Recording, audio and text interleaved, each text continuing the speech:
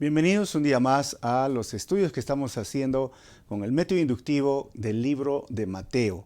Hoy vamos a estudiar Mateo capítulo 19 del versículo 1 hasta el versículo 12 en esta serie que se llama El Rey Mesías. Y vamos a hablar sobre el divorcio y el segundo matrimonio.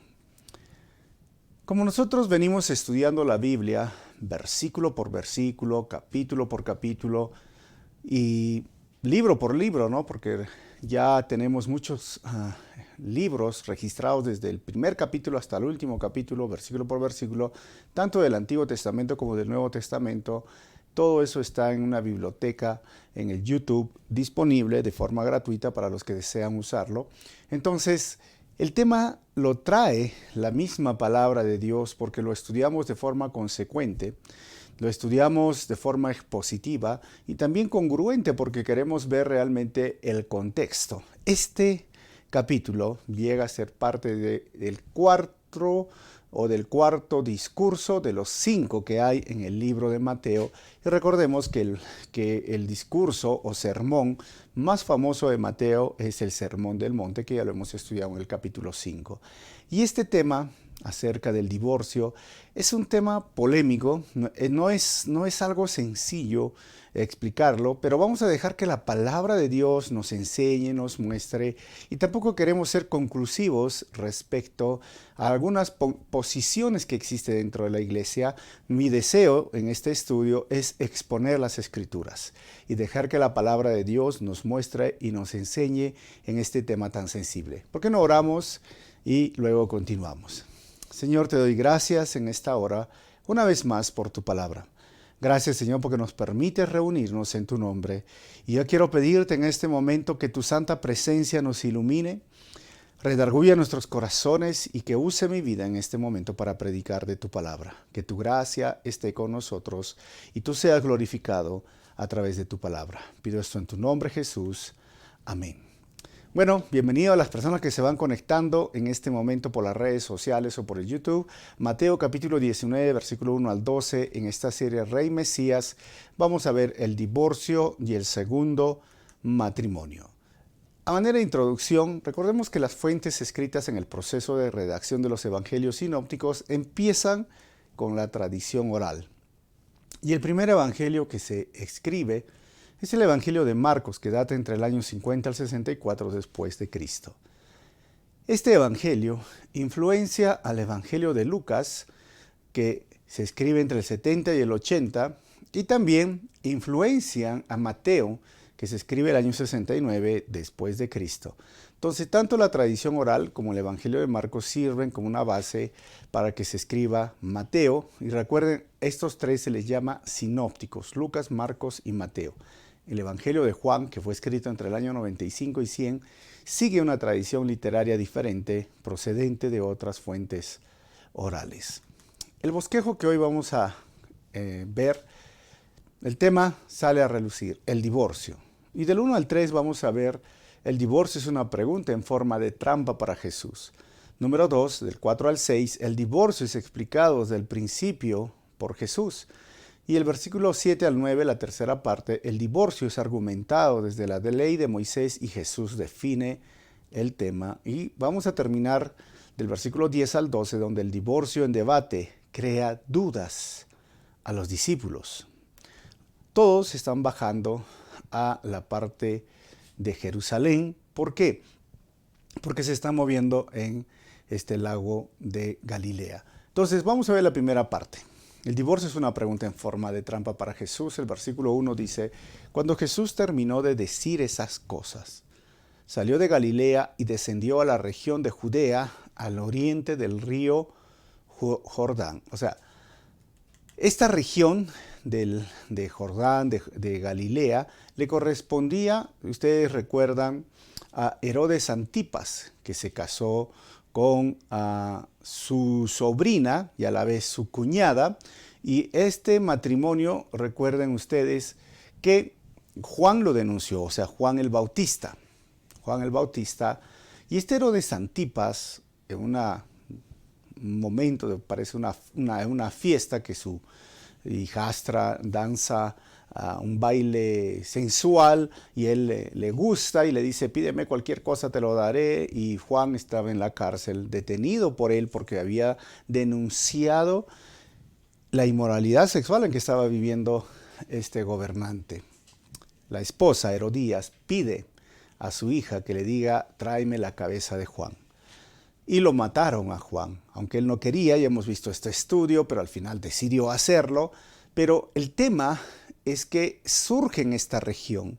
Es un tema controversial, le costó la cabeza literalmente a Juan el Bautista, y por eso ponemos en esta región, y por eso es que los fariseos van a venir a donde Jesús a hacerle una pregunta. Entonces, versículo 2 dice, grandes multitudes lo siguieron y él sanó a los enfermos. Sabemos que para corroborar o ratificar su divinidad, nuestro Señor Jesús y su propósito como el Mesías, sanó a muchas personas.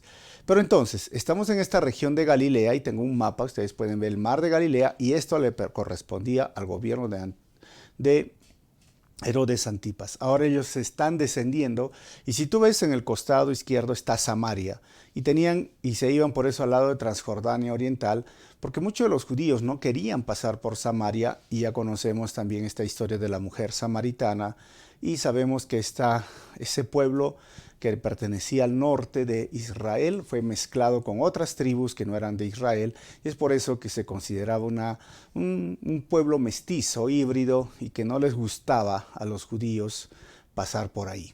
Lo consideraban impuro.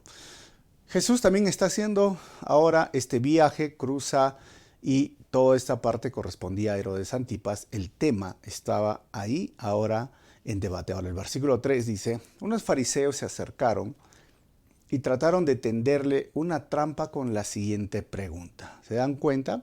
Los fariseos tratan de ponerle una trampa y dice la pregunta, ¿se permite que un hombre se divorcie de su esposa por cualquier motivo? Ojo, por cualquier motivo.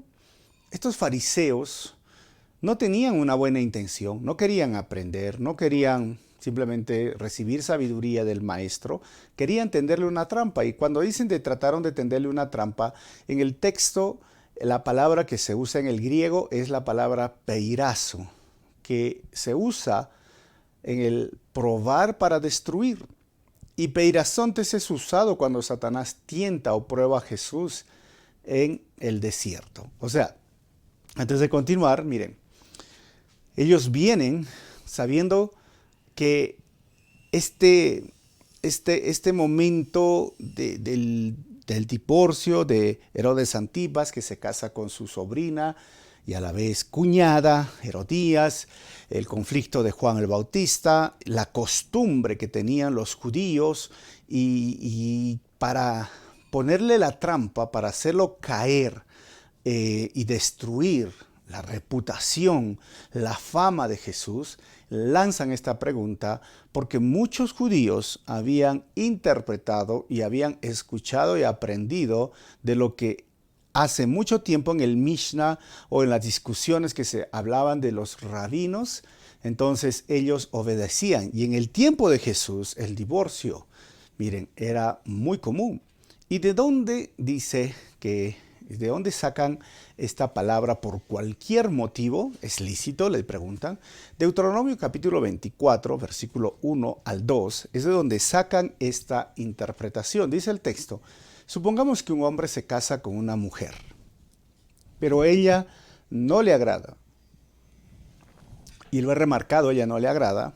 Y resulta que él encuentra algo reprochable en ella.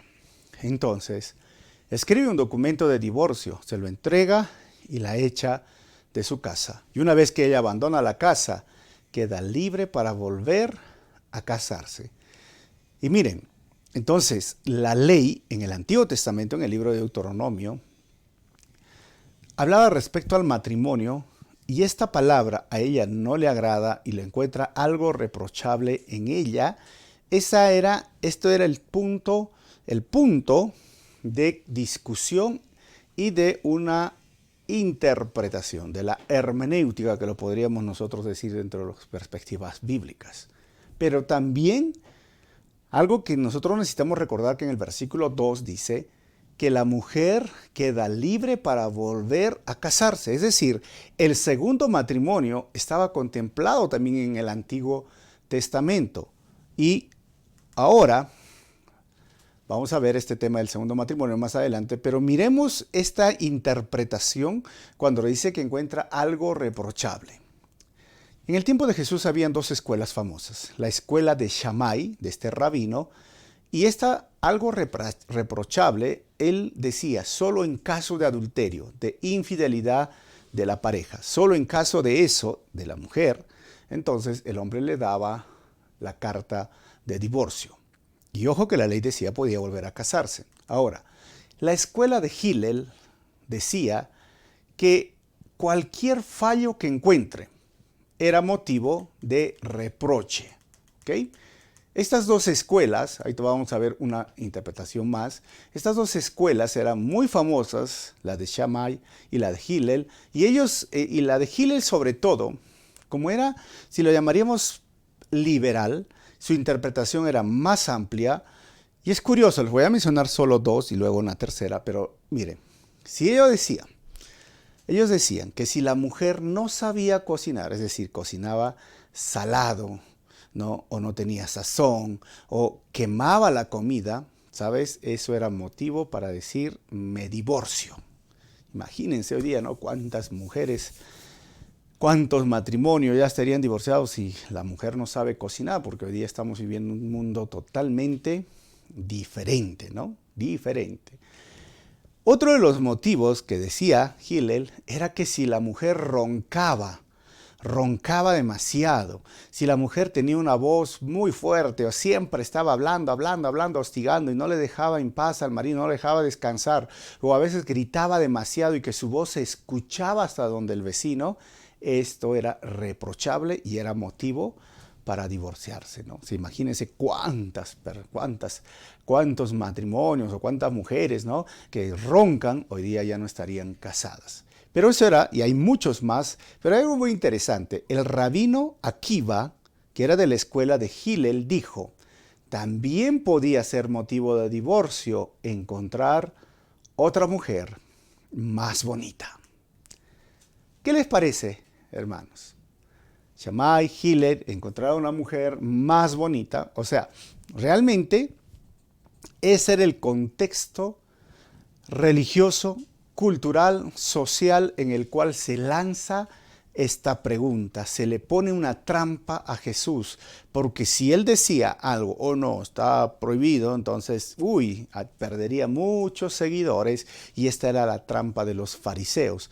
Pero vamos a ver que es en la segunda parte del 4 al 6, el divorcio explicado desde el principio por Jesús. Jesús respondió, y es curioso, a mí me llama mucho la atención, le dice, ¿y no han leído las Escrituras?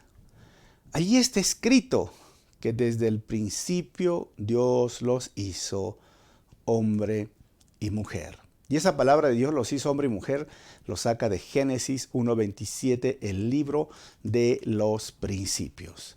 Y miren, es chistoso, para mí es chistoso o gracioso, porque los fariseos se jactaban de tener la interpretación correcta. Los fariseos pasaban todos los días en la Escritura, se sentían muy orgullosos de su conocimiento de la ley, y Jesús les dice, ¿que ustedes no han leído las Escrituras? Es como, oye, no sé, ¿no? Decirle al catedrático, al profesor, decir, oye, ¿tú no conoces tu curso que das? ¿No has leído tal libro? ¿No has leído? O sea, ¿y por qué? Porque ellos estaban sacando un texto fuera del contexto. Y recuerden que un texto fuera del contexto es un pretexto.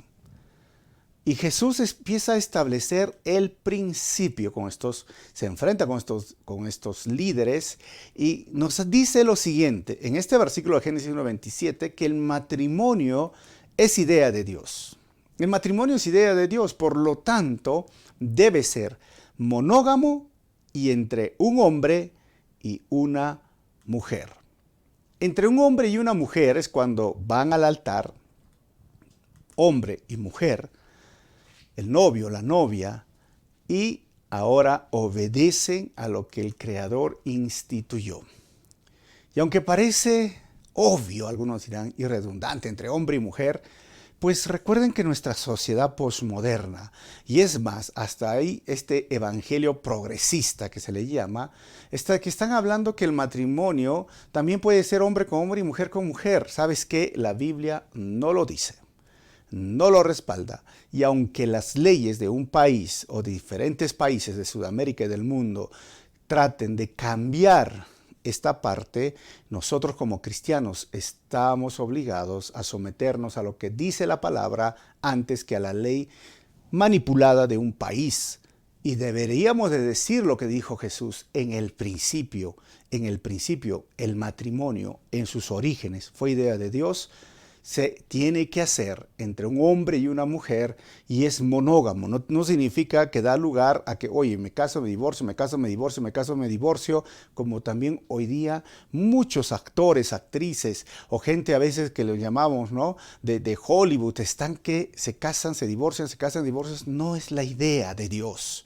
El matrimonio es hasta que la muerte los separe. Y miren, y el versículo 5 dice, y agregó, esto explica por qué el hombre deja a su padre y a su madre y se une a su esposa. Y los dos se convierten en uno solo. Otra vez Jesús instituye, de Génesis capítulo 1, versículo 27 al final, y capítulo 2 en este caso, en adelante, que el matrimonio es trabajo en equipo. Los dos dejan el egoísmo y se esfuerzan por el equipo. Recuerden esto, es un equipo. Y es como un equipo diferente al equipo de su papá y su mamá. O sea, no es que debo de seguir con lo que dice papá y mamá. O sea, en el matrimonio se corta el cordón umbilical, se corta lo que decimos hoy popularmente la mamitis del hombre, la papitis, no sé, de la mujer. Y la pareja tiene que crear una nueva identidad. Y tiene que traer esa identidad basado en que los dos ya no son independientes, sino que llegan a convertirse uno solo, se funden en un solo ser, dice la palabra, y los dos dejan el egoísmo y se esfuerzan por la relación, por el equipo. Jesús mismo nos instituye las bases para el matrimonio, porque muchas personas hoy han distorsionado el matrimonio y sabes, hay problemas porque no se está llevando el matrimonio como debería de ser y por eso que piensan que la mejor salida es el divorcio. Si tú eres egoísta, no deberías casarte. Y si tú no sabes perdonar, no deberías de casarte. Porque el matrimonio es un trabajo en equipo, donde yo pongo mi esfuerzo y pongo de mi parte para ayudar a la relación de pareja que viene a ser el equipo. Es como si a los hombres a veces cuando yo doy los talleres de pareja les tengo que explicar con el fútbol. No todos somos arqueros, no todos somos defensa ni delanteros. Hay 11 jugadores en la cancha y cuyo objetivo es meter gol y ganar, pues, ¿no? Entonces, ¿quién es mejor? ¿El portero? ¿Es el arquero? O mejor dicho, el defensa o el delantero. No dicen todos son importantes, porque cuando hay un gol el equipo gana.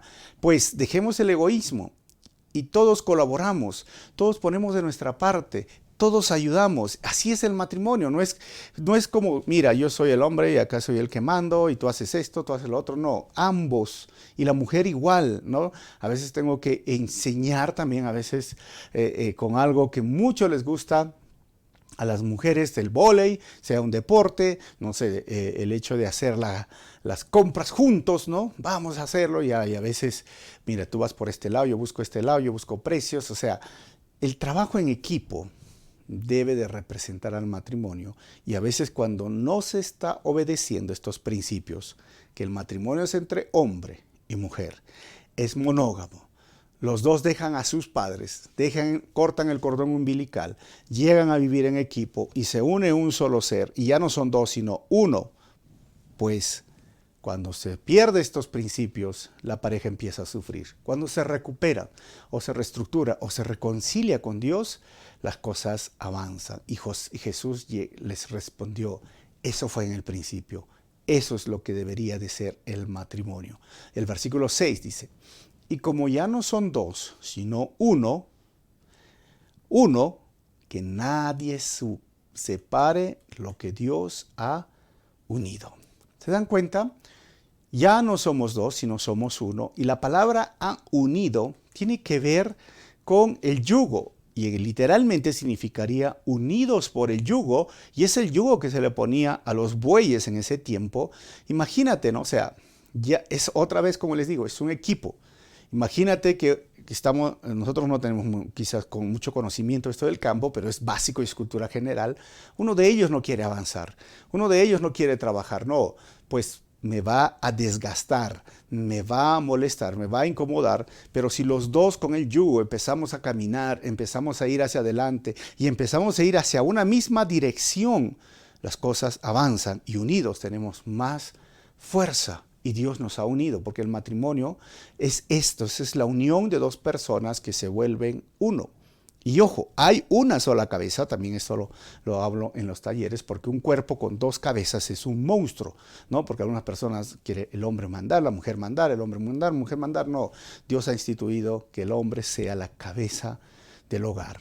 Y así, juntos, pero eso no significa que, oye, yo soy la cabeza y estoy delante, no, estás a mi lado. Yo no digo siempre, no, y detrás de un gran hombre y una gran mujer, yo siempre le digo, está a mi costado esa gran mujer, no está atrás, porque la idea de estar unidos por el yugo es que ambos avanzamos. Por eso es importante que no te cases soltero, soltera, que estás escuchando acá, con el yugo desigual, porque el matrimonio es esto, imagínate. Mismo Deuteronomio también habla más adelante que no hagas yunta, o sea, que no pongas en un yugo a un buey y a un burro, ¿no? ¿Por qué? Además, el burro es más chiquito, más chato, decimos en Perú, más pequeño, no tiene la misma fuerza, es rebelde, no tiene quizás la misma inteligencia, no sé, todo esto, ¿no? ¿Se imaginan? Entonces, ¿cómo voy a hacer yo? Por eso es que el yugo desigual, las parejas que se casan con una persona que no es de su pueblo, que es de su otro yugo, sufre mucho, están descansados, están muy mal, pero imagínate el matrimonio, ya aún tiene conflictos, ¿no? Ya tiene dificultades, vas a sufrir más si es que te unes a un yugo desigual o si ponemos un burro con un buey. Pero bueno, cuando llegamos al altar, nosotros nos unimos, no es con un yugo, no nos ponen esa madera, ¿no? Pero es un anillo, como ven en la imagen. Un anillo que significa el pacto que yo hago. El matrimonio es un pacto, el matrimonio donde los dos llegamos a ser uno. Ese anillo es el símbolo de la unión que ahora estoy haciendo, donde nosotros decidimos avanzar hacia la misma dirección. Por eso debe haber empatía en las cosas que hacemos. Por eso debe haber, ¿sabes? La mejor manera de poder seguir avanzando hacia adelante es mirando a Cristo. Por eso, soltero, enamórate, cásate de alguien que ama más a Dios que a ti. Porque juntos, los dos amando a Dios, el matrimonio va a salir adelante. Entonces, el matrimonio no es simplemente un contrato social. Es un asunto espiritual, carnal y emocional. Miren, todo eso involucra mis emociones, mi carne, porque llegamos a ser uno y está hablando de la actividad sexual dentro del matrimonio. El sexo es puro, el sexo ya no es pecado y también, no solamente algunos hoy día tristemente dicen, bueno, yo me caso ante el alcalde o el regidor y es porque Dios ha puesto las autoridades, entonces este es un matrimonio ante Dios. ¿Sabes qué? Yo no veo esto en la Biblia. Sí está bien respetar las autoridades, pero el matrimonio es un asunto de Dios y se hacen ante las autoridades eclesiásticas, a las autoridades que Dios ha puesto, ya sea un anciano delegado por Dios, ya sea un pastor, porque no es simplemente un contrato social. Es un asunto espiritual, carnal y emocional y lo hacemos delante de esos testigos. O sea, Dios ha instituido el matrimonio. Dios ha puesto el matrimonio para que se celebre delante de muchos testigos. Esto es lo que importa y lo que vale. Es bien hacer caso a las autoridades, pero si tú te has casado solo por civil, ¿qué estás esperando para casarte por matrimonio religioso o frente a una autoridad eclesiástica? Y muchas personas preguntan, ¿pero cuál vale más? ¿El civil o el religioso? Miren, para mí es el religioso. porque nos unimos delante de Dios y cumplimos el civil, porque es parte del respeto a las autoridades, y como iglesia respetamos las autoridades y pedimos que primero se casen por civil, y esto registramos en los libros, en el acta de matrimonios, y luego hacemos el matrimonio religioso. Por eso la ceremonia religiosa se celebra con muchos testigos, y esto es la meta, el clímax de la unión de la pareja, y luego ya viene el proceso de estar casados. Así que no se confíen y no descuiden. Si por A o B, por alguna razón, solo tienes el matrimonio civil, cásate delante de Dios y de las autoridades eclesiásticas que Él ha instituido. Miren, ¿qué pasó? Versículos 7 al 9. El divorcio es argumentado desde la ley de Moisés, y Jesús define el tema. Versículo 7. Entonces preguntaron, porque Jesús les responde, dice, pero ¿por qué dice Moisés en la ley que un hombre podría darle a su esposa un aviso de divorcio por escrito y despedirla?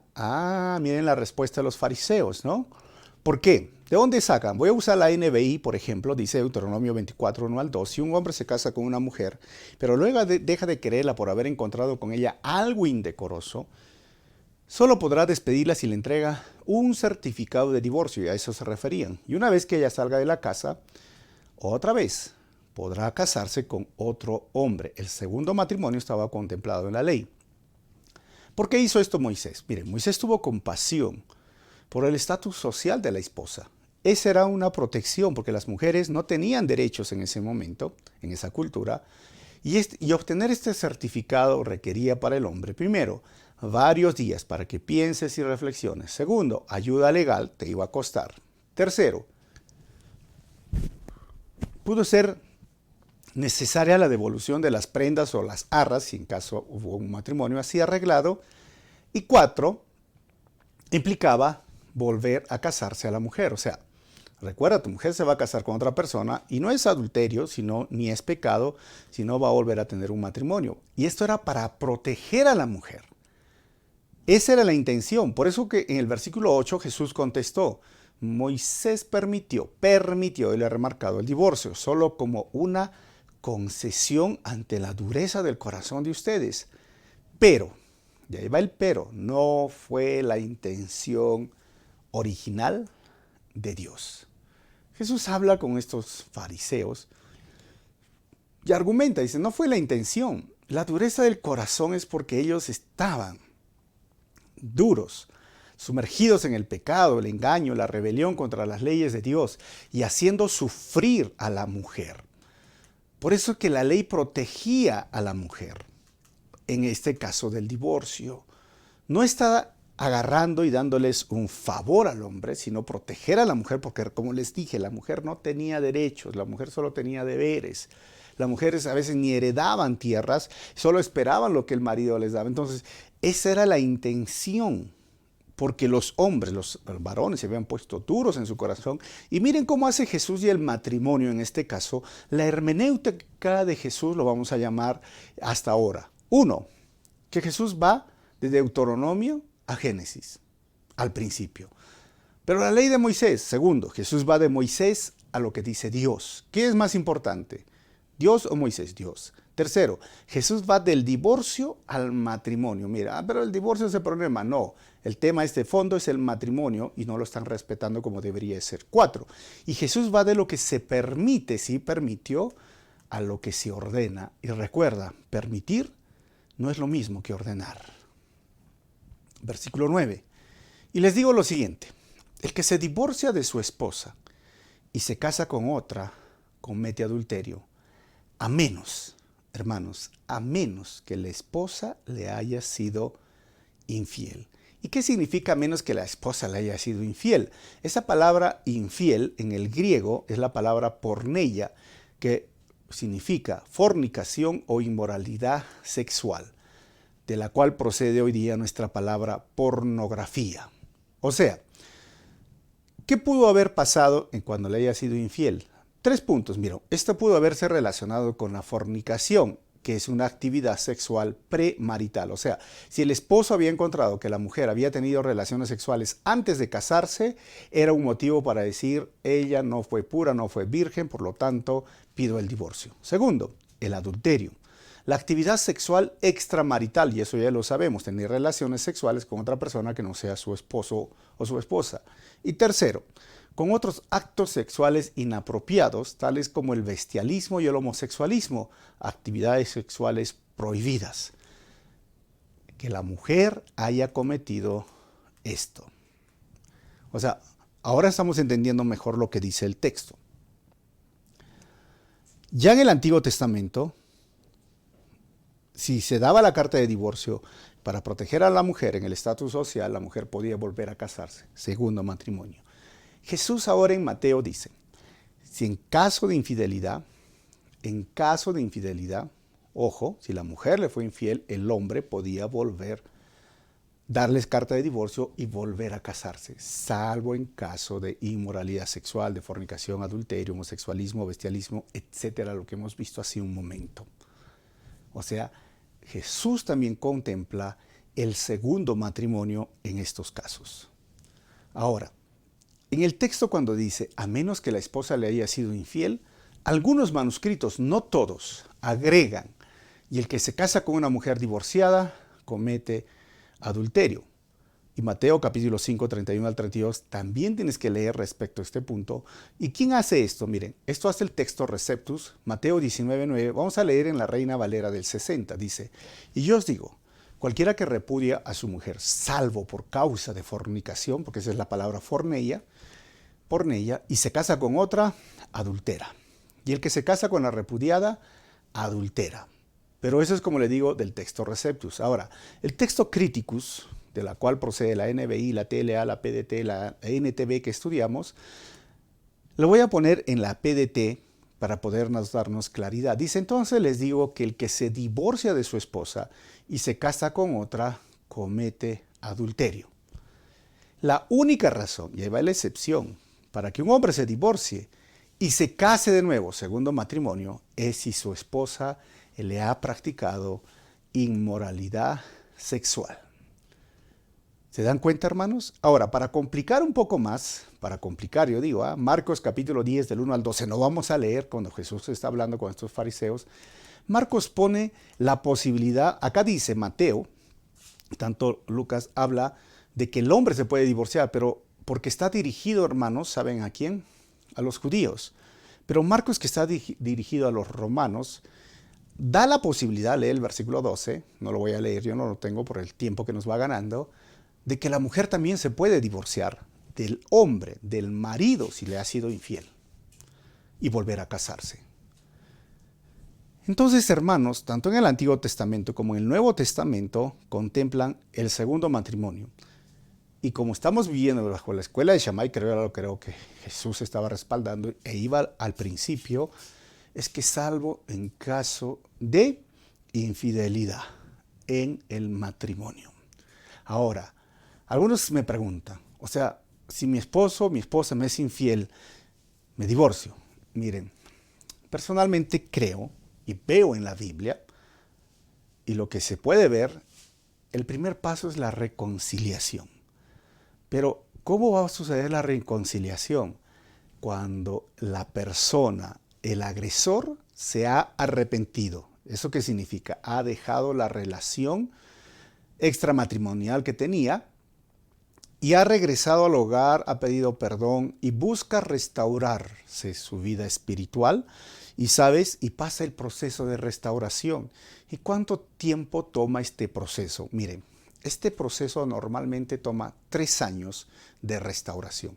No es como venga a la casa, sabes que ya pues ya pasó, perdóname y listo, y borrón y cuenta nueva. No, tiene que haber un proceso, consejería o terapia como lo quieran llamar, pero tiene que pasar él, porque hay que trabajar mucho esta área, no solo espiritual, de vicios, de la carne, del pecado, y esto toma un proceso, un tiempo. Entonces, siguiendo esos pasos para mí es la reconciliación. ¿Cuándo no sucede la reconciliación? Cuando el agresor o el que comete estos actos es recurrente. Mira, esto ya a mí me da una conducta de el infiel. Por lo tanto, la gran mayoría de ellos son mitómanos, que significa que mienten y mienten y mienten y les encanta mentir. Su adrenalina de su cuerpo sube y no tiene una mujer, tiene 2, 3, 4, 5 y ya lo tuvo antes. O sea, realmente estos casos son muy difíciles. Pero aún así, creo en la gracia, en el arrepentimiento y creo que debería de haber un paso de reconciliación. O sea, hermanos, el divorcio no es el primer paso a dar en los problemas de infidelidad en el matrimonio. El primer paso, hermanos, es la reconciliación. Pero el divorcio es una opción cuando no hay opción. ¿Sí me entienden? Es una opción cuando no hay opción. Ahora, ese es el primer punto que dice la Biblia cuando tú te puedes divorciar en caso de infidelidad. Y el segundo está en 1 Corintios capítulo 7, versículo 12 al 15. Dice, ahora me dirigiré al resto de ustedes. Aunque no tengo un mandato directo del Señor, si un creyente está casado con una mujer que no es creyente y ella está dispuesta a seguir viviendo con él, no debe abandonarla. Sí. Y si una creyente tiene un esposo que no es creyente y él está dispuesto a seguir viviendo con ella, pues no debe abandonarlo. Pero ¿qué dice el versículo 14? Pues la esposa creyente da santidad a su matrimonio y el esposo creyente da santidad al suyo. De otro modo, sus hijos no serían santos, pero ahora son santos. Y el 15 es la clave. En cambio, si el esposo o la esposa que no es creyente insiste en irse, dejen que se vaya. En esos casos, el cónyuge creyente ya no está ligado al otro, porque Dios lo ha llamado a ustedes a vivir en paz. O sea, el divorcio es como una amputación de un miembro de tu cuerpo. Es sacar algo de la unidad de tu cuerpo. Y esta es la segunda excepción cuando un cónyuge se va. Pero cuando hablamos de amputación, miren, hay que ver si tienes una pierna y si el médico te va a decir, oye, tenemos que amputar la pierna porque no hay forma de salvarla. Pero, ¿sabes? Vas a vivir, vas a poder caminar, pero no vas a poder caminar igual. O sea, igual cuando vienen las personas para mí, al divorcio, me dicen, yo les tengo que explicar eso. Mira, no es la solución. Podemos encontrar reconciliación, etcétera, como les expliqué hace un momento del proceso, pero si no hay opción, esta es una opción, pero así vas a quedar. Es como amputarte una pierna. Vas a poder caminar, sí, vas a poder vivir, caminar, pero no es lo mismo. Te va a hacer daño. El divorcio, miren, causa problemas emocionales, problemas en los hijos, problemas económicos, estigma social. O sea, no es tan sencillo decir, ¿sabes qué? Aquí se acabó y se terminó. Y creo que voy a mencionar 5 errores de la iglesia de hoy de los que deberíamos de evitar. Primero, frente a esta situación, ¿no?, de matrimonio y divorcio, adoptar una posición legalista que no ofrece misericordia y gracia para una persona divorciada. Como dije, cuando no hay opción, pues usemos la gracia, no legalismo. Segundo, ceder al posmodernismo sin animar a ser fiel a la intención de Dios para el matrimonio, como dice, hasta que la muerte nos separe. No es que no nos comprendemos y nos separemos. No, tampoco es eso. Ese es un error hoy día que cae en muchas iglesias en el posmodernismo. Y tercero, idealizar a la pareja idónea. Muchos idealizan, ¿no? Oye, mira, va a ser esta pareja perfecta. No hay perfección, hermanos, en el matrimonio. Y cuarto, insistir en una pareja de tu mismo pueblo con rigidez, sin explicación o concientización, llevando al capricho juvenil. A veces, ¿no?, cuando alguien se conoce y tú los empujan al capricho y luego se casan y luego vienen los problemas y me divorcio. Y quinto, no brindar alternativas o enseñanzas previas para una buena relación de amor en el matrimonio. Esos son errores. Vamos a terminar, del 10 al 12. El divorcio en debate crea dudas a los discípulos. Entonces los discípulos le dijeron, oye, si así son las cosas, dice, será mejor no casarse. ¿Por qué? Porque el matrimonio es una gran bendición y una gran responsabilidad, hermanos. Los discípulos se quedaron así, no, yo no quiero tanta responsabilidad. 11. Jesús les dice, no todos pueden aceptar esta palabra, dijo Jesús, solo aquellos que reciben la ayuda de Dios. Mire, Jesús rompió los parámetros culturales en muchas áreas. Primero, la autoridad totalitaria del marido, la pareja debe permanecer unida y trabajar en la solución de los problemas, es lo que nos dice regresar al principio, y nos va a dar una opción, el celibato o soltería. Es una opción y es la voluntad de Dios. ¿Por qué? Porque el versículo 12 dice, algunos nacen como eunucos y otros los hacen eunucos y otros optan por no casarse por amor al reino del cielo, y el que pueda que lo acepta. ¿Qué quiere decir con esto? Miren, algunos nacen como eunucos. Está hablando de los tipos de soltería. El nacer de esa forma puede ser por un defecto congénito o la discapacidad y se van a quedar eunucos, no se van a poder casar algunos, por opción personal, ¿no? Algunos. Yo creo que aquí unas personas pueden quedarse solteros. Mi interpretación sería de aquellas personas que salen de la homosexualidad y llegan a ser cristianos. No es la solución que te cases, ¿no? Puedes quedarte soltero. Número 2, por castración forzada. Recuerden que los eunucos, tanto en Esther 2:3, posiblemente también Daniel fue castrado, y también en Hechos 8:27 hay un eunuco que habla con Felipe. Normalmente se castraban a los que estaban muy cerca de las reinas. Ahora, 3, como elección personal con el propósito de realizar un ministerio. Y entre paréntesis lo he puesto, hermanos, no se exige la castración física, aunque algunos líderes de la iglesia primitiva lo practicaron en sí mismo. Por ejemplo, Orígenes, que fue un padre de la iglesia, pero por elección mejor no me caso. Por eso dice, el que pueda, que lo acepte, y esto lo llamamos el celibato o la soltería. O sea, hermanos, la soltería es la voluntad de Dios y apunta a una vida escatológica. Por ejemplo, quien desarrolla este punto es Pablo. En 1 Corintios 7:7 dice, sin embargo, quisiera que todos fueran solteros, igual que yo, pero cada uno tiene su don específico de Dios. Uno es de una clase y otro de otra. Ahora, sigue en el mismo capítulo de Corintios 7, ahora el versículo 27, dice, si tienes esposa, no procures terminar tu matrimonio. Y si no tienes esposa, no busques casarte. Y miren el 32 del mismo capítulo. Quisiera que estén libres de las preocupaciones de esta vida. Un soltero puede invertir su tiempo en hacer la obra del Señor y en pensar cómo agradarlo a Él, pero el casado tiene que pensar en sus responsabilidades terrenales y en cómo agradar a su esposa. O sea, ¿te das cuenta? Hay muchas... La soltería es la voluntad de Dios. No es como, soltero, se te fue el tren, decimos, ¿no? Soltero, no estás completo. Mentira. Por eso le digo, esos son errores de la iglesia que muchas veces se han cometido. La soltería es la voluntad de Dios. Y muchos misioneros y misioneras hoy son solteros. Pablo fue soltero. Nuestro Señor Jesucristo también fue soltero. Vamos a terminar con 4 conclusiones. Primero, el matrimonio como idea de Dios se celebra ante las autoridades eclesiásticas y se realiza entre un hombre y una mujer para vivir como un equipo. Ojo, autoridades eclesiásticas, no civiles. Número 2, el divorcio fue permitido y no es parte del plan original de Dios para el matrimonio. El divorcio es una amputación de tu mismo cuerpo porque ya eres uno, recuerda. Has llegado a ser uno en el matrimonio. Y número 3, el divorcio es permitido solo en 2 casos según la Biblia: la infidelidad consecutiva y abandono del no creyente a la relación. Y número 4, la soltería es la voluntad de Dios y nos muestra la vida escatológica. El soltero, como dice el texto, hace la obra de Dios y piensa cómo agradarlo. Como les dije, tenemos un estudio largo, profundo. Mi deseo no ha sido llegar simplemente decir esto está bien, esto está mal. He mostrado lo que dice la palabra y que el Señor nos ayude. Cualquier pregunta, tienen el inbox, un mensaje y vamos a orar para cerrar este estudio.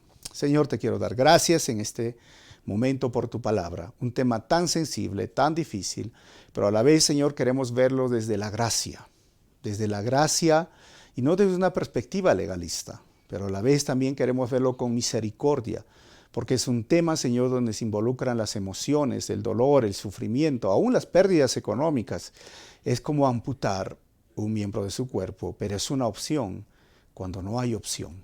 Sé, Señor, que tú tienes la última palabra y debemos de tomarlo toda situación amorosa o de pareja o de matrimonio de forma unilateral y no hacer simplemente una norma, porque al final, Señor, el que podamos vivir reconciliados y el que podamos vivir hasta que la muerte nos separe, te da la gloria a ti.